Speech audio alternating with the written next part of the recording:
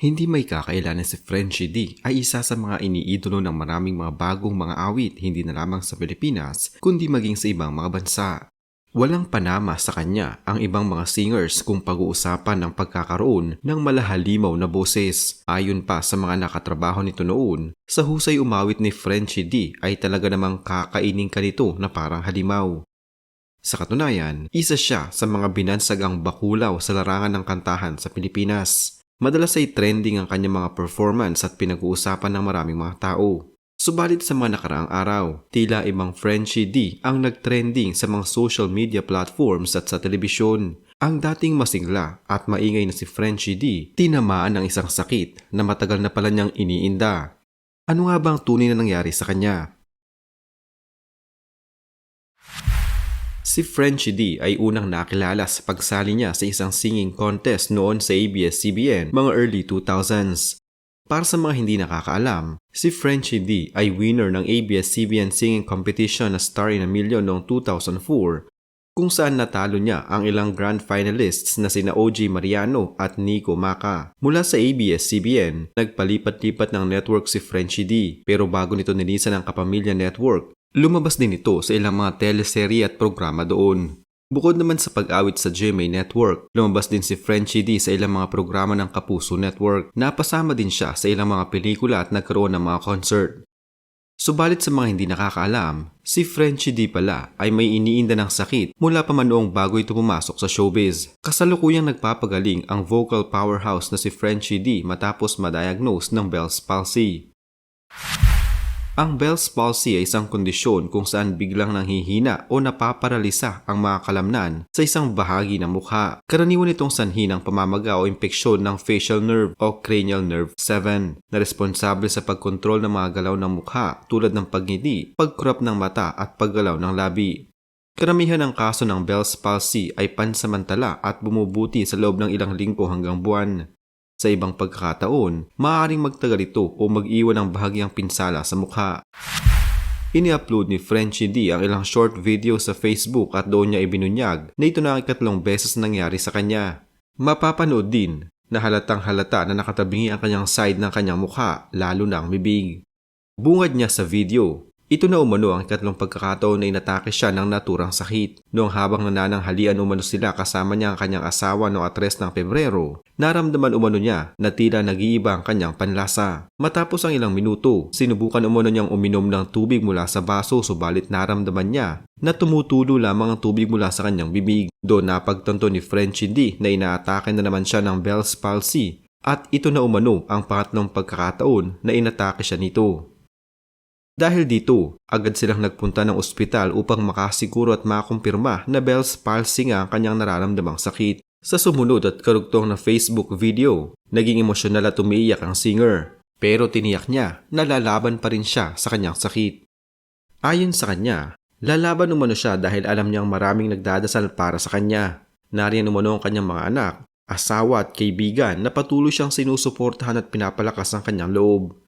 Kasunod niya na ipinakita niya ang napakaraming medication na nireseta sa kanya ng doktor. Kabilang na dito ay ang vitamin B complex, steroids at painkillers. Sasailalim din sa ilang pagsusuri si Frenchie D dahil gusto ding malaman ng doktor kung bakit paulit-ulit siyang inaatake ng naturang karamdaman.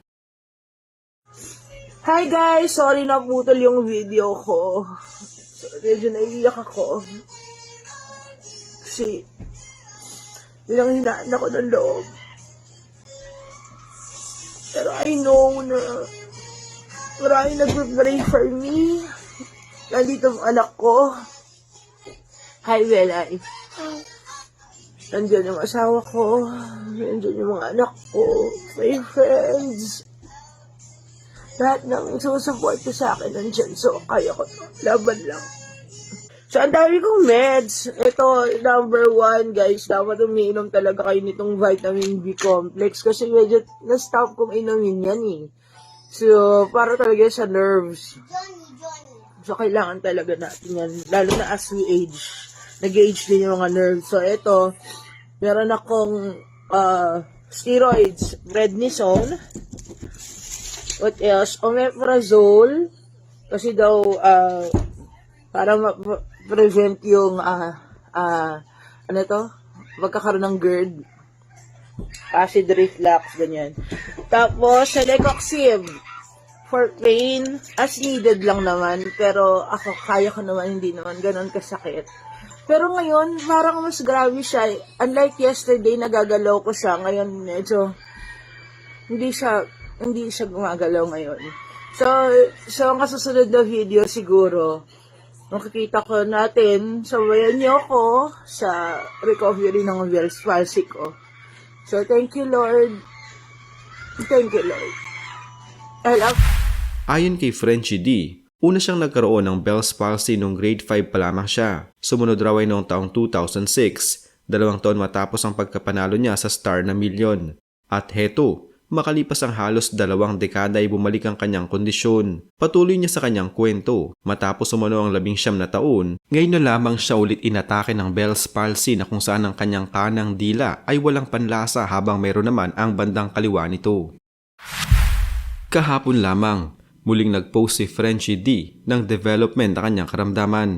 Sumailalim siya sa electrotherapy matapos ma-diagnose ng Bell's palsy sa 3 pagkakataon. Base sa isang health website, ang electrotherapy is the use of electrical energy as a medical treatment. The electrically induced heat, as so-called diathermy, is commonly used for muscle relaxation. It is a method of heating deep tissue electromagnetically or ultrasonically for therapeutic purposes in medicine. Mapapanood sa ipinost niyang video ang first day ng kanyang therapy session. Partikular na nga ang electrotherapy para ma-stimulate ang mga muscles sa kanyang mukha. Sinundan ito ng facial massage and infrared radiation para ma-improve ang sirkulasyon ng kanyang mukha. Kailangan umunang magpa-therapy ni Frenchie D ng 3 beses sa loob ng 1 linggo at gagawin daw niya ito dahil alam niyang gagaling din siya. Bukod dito, may iba pang mga medical tests na gagawin sa kanya, kabilang na ang magnetic resonance imaging at electromyography. Ito'y para malaman kung bakit bumalik ang kanyang Bell's palsy for the 3rd time. Sa ngayon ay patuloy na nagpapagaling si Frenchie D at mas kailangan niya ngayon ng dasal para sa kanyang agarang paggaling. So, yun ang aking first therapy session.